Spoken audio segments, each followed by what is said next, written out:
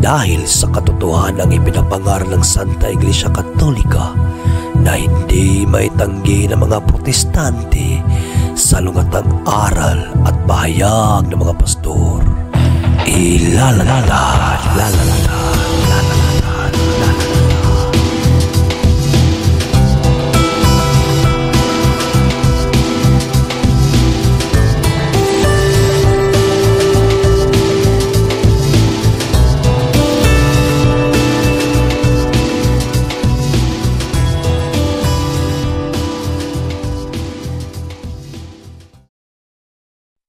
Bag sauce simbahan.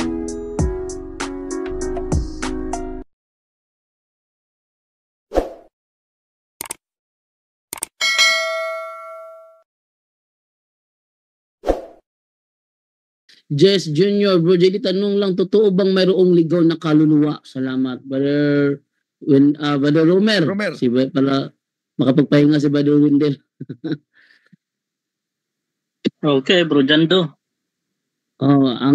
Ulitin ko tanong ha, meron bang totoo ba na mayroong ligaw na kaluluwa? So, sa mga kaso ng ligaw na kaluluwa, kalimitan po, dinideceive po tayo ng mga demonyo para matakot, para magkaroon tayo ng fear.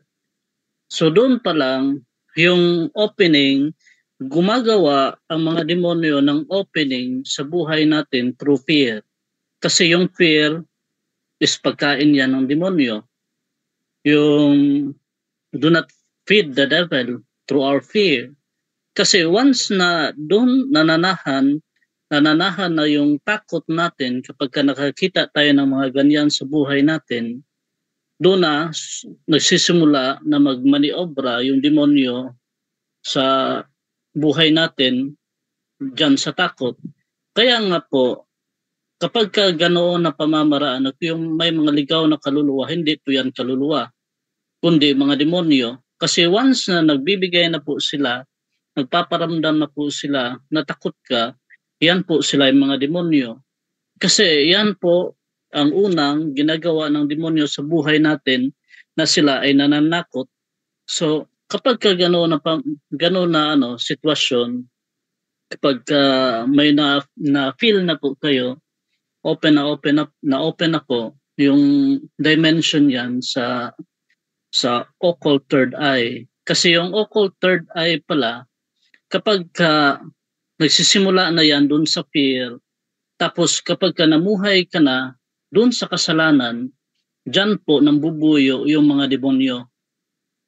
So ang occult third eye pala, yun sa mga tao na namumuhay ng sinful lifestyle. So na-open po yan.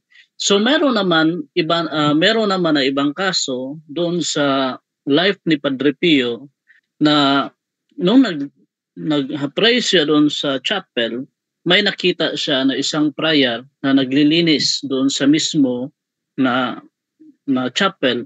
So nagtanong si Padre Pio, bakit alas 12 na naglilinis ka pa? So sabi ng isang prior, Padre, patay na po ako. Tignan mo yung lista ng mga patay na prior doon sa kumbento. Sinabi niya yung pangalan. So sabi ni Padre Pio, bakit ka nandito? Kasi sabi ng isang prior, binigyan ako ng permiso ng Panginoon na yung purgatory ko dito sa kapilya, kasi nung buhay pa ako, hindi ko nililinisan ng maayos yung chapel. Minamadali ko lang paglinis, wala akong love. So, dito ako nilagay ng Panginoon. So marami pong sa life ng mga santo, marami pong mga sitwasyon na may mga kaluluwa na inaalaw ng Diyos na yung purgatory nila dito sa lupa. Kasi ang mga souls of purgatory, hindi po sila nananakot. Ang nananakot lang po yung mga demonyo. So once na may makita po kayo ng mga kamag-anak, may nakita na kayo, for example, yung mga namatay, malapit na mamatay, So may makikita sila ng mga kamag-anak na sumusundo sa kanila. Hindi po yan. Mga demonyo po yan. Dinis-deceive po tayo, ino-open yung third eye natin para mawala, para magkaroon tayo ng delikado po yan na sitwasyon. Meron na kami na kasama doon sa Cebu, nung malapit ng may cancer kasi yung asawa niya, part siya ng team. So, nung malapit ng mamatay yung asawa niya, marami na siyang nakikita. So anong ginawa niya? Sinil niya po yung room. Nilagyan niya po ng exorcism salt and oil, yung yung corner. So nung namatay yung asawa niya, peacefully, wala na po talaga, wala siyang nakikita. Kaya yun pala ang dahilan kung bakit yung mga kaluluwa ay yung mga demonyo nag-disguise po sila ng mga kamag-anak natin para matakot tayo. So yun po ang natin na yung turo ng simbahan natin na wag agad-agad tayo na maniwala sa mga ganon na mga espiritu na nagpakita na akala po natin na mga kamag-anak po natin. Kasi merong grupo sa Mindanao na katoliko sila, nagwa-white sila, galing sila ng Davao, mga missionaries daw sila, minimisahan pa nga ng pare, may malaking cross doon sa bundok.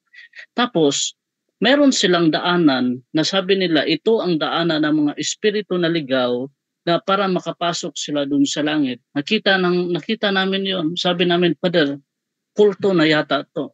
So kapag kaganon yung nakikita nila na may magpapas daw doon ng mga kaluluwa para makapasok sa langit. So hindi po yan totoo. Mga demonyo po yan.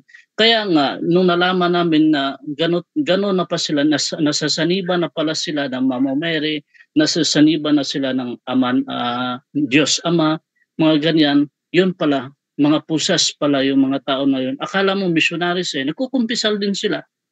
So mag-ingat po tayo sa mga ganoon na sitwasyon. So back to you, Bro Jando.